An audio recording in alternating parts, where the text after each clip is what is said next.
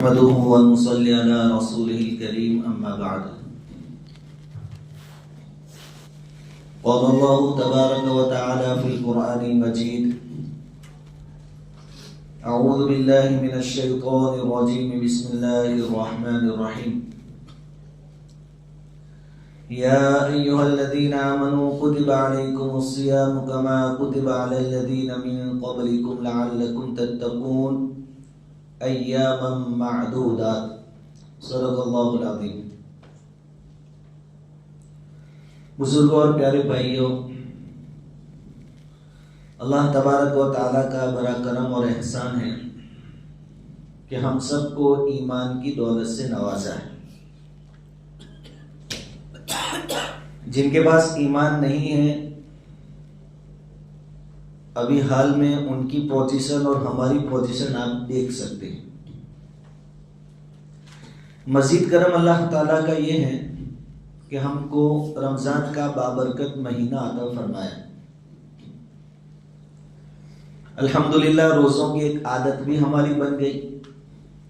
ہمارا جو schedule change ہوا تھا، ترتیب جو بدلی تھی، اب ہمیں بھی برابر فٹ بیٹھ گئی۔ دن کا روزہ، رات کی تراویح، قرآن کی تلاوت اور اپنے کام کاج ساتھ میں کرتے رہنا۔ اصل میں رمضان کے مہینے کے بارے میں علماء فرماتے ہیں کہ رمضان کا مہینہ آتا ہی اس لیے ہے تاکہ بندوں کی مغفرت ہو جائے کسی نہ کسی بہانے سے۔ ایک آدمی دیہات میں رہتا تھا، گاؤں میں۔ اس کو پتا چلا کہ قریب میں جو شہر ہے، سٹی ہے، وہاں میلہ لگا ہے۔ اب اس کو شوق ہوا کہ زندگی میں کبھی میلے میں گئے نہیں، تو دو چار دوست اور مل گئے اس کو۔ وہ آدمی میلے میں گیا شہر۔ اب بیچارہ گھوم رہا تھا، اجنبی آدمی تھا، کسی نے اس کی جیب کاٹ لی میلے میں۔ ایک دم مایوس ہو گیا، مایوسی کے ساتھ گھر واپس لوٹا۔ اس کی بیوی نے بڑے شوق سے پوچھا کہ چونکہ شوہر پہلی مرتبہ میلے میں گئے تھے، بولا کہ میلہ کیسا رہا بتائیے۔ اس آدمی نے یہ جواب دیا کہ انہوں نے تو میلہ لگایا ہی اس لیے تھا تاکہ میری جیب کاٹ لے۔ حالانکہ میلہ لگانے والوں نے کوئی جیب نہیں کاٹی، اس کی ایک آدمی نے کاٹی ہوگی، اور میلہ لگانے والوں کی کوئی نیت یہ نہیں تھی کہ اس کی جیب کاٹ لیں گے۔ وہاں تو ہزاروں لوگ آتے جاتے ہیں، لیکن اس آدمی نے میلے کی تعریف یہ کی کہ میلہ لگایا ہی اس لیے گیا تھا تاکہ میری جیب کاٹ لیں۔ تو اللہ والے فرماتے ہیں کہ رمضان آتا ہی اس لیے ہے تاکہ مغفرت ہو جائے۔ رمضان کا مہینہ آتا ہی اس لیے ہے تاکہ بندے کی مغفرت ہو جائے۔ اور اللہ تعالیٰ نے چونکہ بندے سے محبت ہے اور مغفرت کرنی ہے، تو اپنا ایک سسٹم چلایا رمضان کے مہینے میں۔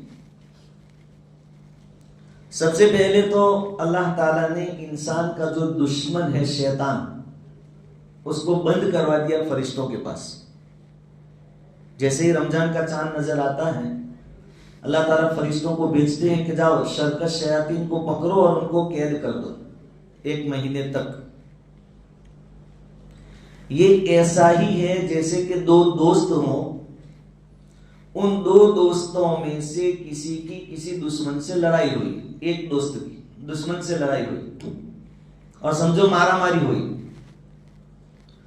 تو دوست جو ہوگا دوسرا، وہ دشمن کو پکڑ لے گا تاکہ اپنا دوست اس کو تھوڑا مار لے۔ ایسا ہوتا ہے کہ دوست دوست کو نہیں پکڑے گا، اس کے دشمن کو پکڑے گا تاکہ اپنا دوست تھوڑا اس کو مکے وغیرہ مار لے۔ اللہ تعالیٰ اور بندے کی محبت ہے، تو اللہ تعالیٰ نے فرشتوں سے کہا کہ تم شیطانوں کو پکڑ لو، دشمن شیطان ہے اس کو پکڑ لو، میرے بندے ذرا اس کو مار لیں۔ کبھی نماز کے ذریعے ماریں گے، کبھی قرآن کی تلاوت کے ذریعے اس کو ماریں گے، کبھی تراویح کے ذریعے اس کو ماریں گے، کبھی درود شریف کے ذریعے، کبھی استغفار کے ذریعے، ایک مہینے تک دے دنا دن شیطان کے ساتھ صبح شام. یہ اللہ تعالیٰ ہم سے دوستی نبھا رہے ہیں. اللہ ولی الذین آمنوا، اللہ تعالیٰ نے قرآن میں فرمایا کہ میں ایمان والوں کا دوست ہوں. تو اب دوست کو نہیں پکڑے گا، دشمن کو پکڑے گا. تو شیطان کو قید کروا دیا. ورنہ اللہ تعالیٰ چاہتے تو ایسا بھی امتحان ہمارا لیتے کہ شیطانوں کا دوست بڑھا دیتے رمضان میں، اور پھر ہمیں چیک کرتے کہ تم بچتے کہ نہیں بچتے گناہوں سے، وہ مجھے دیکھنا ہے. لیکن اللہ نے دوست کو کھلا رکھا اور شیطان کو پکڑوا دیا. مزید کرم اللہ تعالیٰ کا یہ ہوا کہ اللہ تعالیٰ نے اس مہینے میں نیکیوں کا ریٹ یعنی بھاؤ بڑھا دیا. کتنا بڑھایا کہ ایک نفل عبادت رمضان میں فرض کے برابر ثواب رکھتی ہے. حالانکہ دوسرے دنوں میں کوئی بھی عمل فرض کا درجہ نہیں لے سکتا، اتنا ویلیو اس کا نہیں ہوتا. لیکن رمضان میں نفل کا ریٹ بڑھ کر فرض کے برابر، اور فرض کا ریٹ ایک فرض کی ادائیگی پر 70 گنا ادائیگی کا ثواب آپ کو ملے گا. ویسے اللہ رب العزت کا قانون یہ ہے کہ ایک نیکی پر 10 گنا ثواب ملتا ہے. یہ عام دستور ہے. من جاء بالحسنۃ فلہ عشر امثالها. قیامت کے دن جو ایک نیکی لے کر آئے گا اس کو 10 گنا ملے گا. جب یہ آیت کریمہ نازل ہوئی، نبی کریم صلی اللہ علیہ وسلم نے دعا فرمائی کہ اللہ میری امت کے اجر و ثواب کو اور بڑھائی.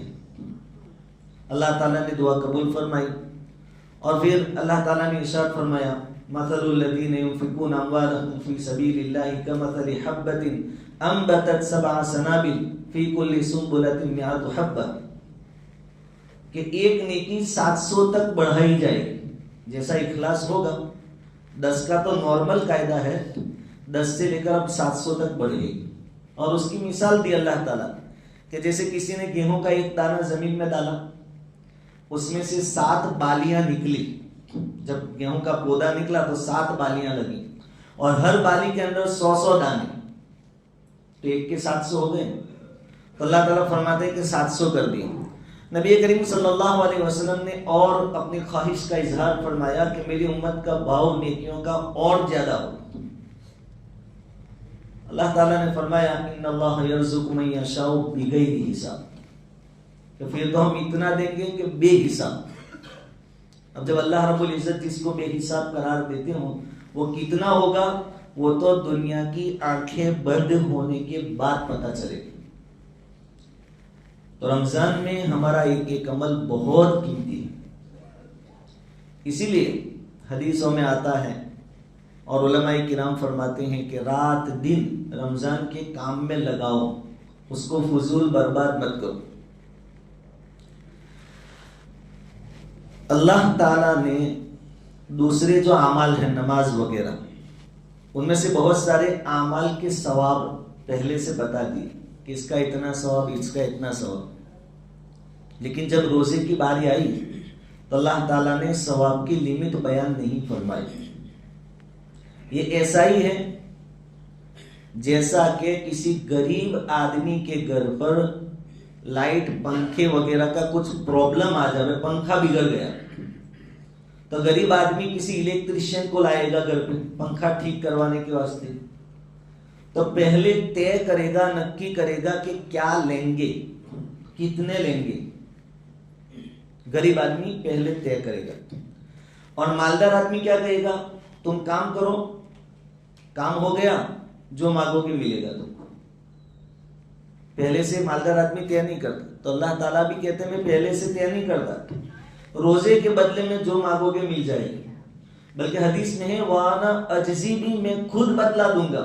اور بعضوں نے اس کو پڑھا ہے وانا اجزا بھی، روزے کے بدلے میں خود اس کو مل جاؤں گا. اب جس کو اللہ مل جائے پھر کون سی نعمت باقی رہتی. اسی طرح اللہ رب العزت جانتے ہیں کہ بندے بھوکے پیاسے ہوں گے، تو ایسا تو ہوگا نہیں کہ 24 گھنٹے مسجد میں بیٹھے رہیں گے اور تسبیح پڑھتے رہیں گے، قرآن پڑھتے رہیں گے. یہ تو سو بھی جائیں گے، آرام بھی کریں گے. بلکہ دوسرے سیزن اور دوسرے دنوں کے مقابلے میں رمضان میں زیادہ کھاتے پیتے اور سوتے ہیں مسلمان. اب جتنا سوئیں گے اتنی دیر تک عبادتوں سے دور رہیں گے، تو اس کا ثواب بند ہو جائے گا۔ تو اللہ تعالیٰ نے فرمایا کہ روزے دار کا سونا بھی ثواب۔ اور دوسری بات کہ جتنی مخلوق ہے، حتیٰ کہ سمندر کے اندر مچھلیاں، ان سب کو اس روزے دار کے لیے دعا کرنے میں لگا دیا۔ اب یہ سو رہا ہے، اس کے لیے سمندر میں دعائیں چالو ہیں، یہ سو رہا ہے، کیڑے مکوڑے اس کے لیے دعا کرتے ہیں۔ یعنی رمضان میں 24 گھنٹے ایمان والے کے لیے اللہ تعالیٰ نے یہ سسٹم فٹ کیا ہے کہ وہ ثواب کے ساتھ رہیں۔ یہ جاگتے، بیٹھتے، اٹھتے، سوتے۔ ہاں، پھر آپ تراویح کے وقت یا دن میں ظہر عصر کی نماز کے بعد مسجد میں جماعت کھانے میں پیر لمبے کر کے موبائل کے ساتھ کھلواڑ کرو گے تو پھر ثواب نہیں ملے گا۔ پھر یہ مچھلیاں کیڑے مکوڑے اپنے اپنے کام میں لگ جائیں گے، اب اس کو نہیں ضرورت تو اپنے کو کیا ہوتا ہے۔ تو پورے ادب و احترام کے ساتھ اس لمحات کو، رمضان کے لمحات کو، ایک ایک لمحے کو وصول کریں۔ اچھا، نیکیوں کا سیزن ہے، نیکیوں کا ریٹ اور بھاؤ بڑھایا، پھر اس سیزن کے اندر ایک اور سیزن اللہ تعالیٰ نے ڈال دی، شب قدر۔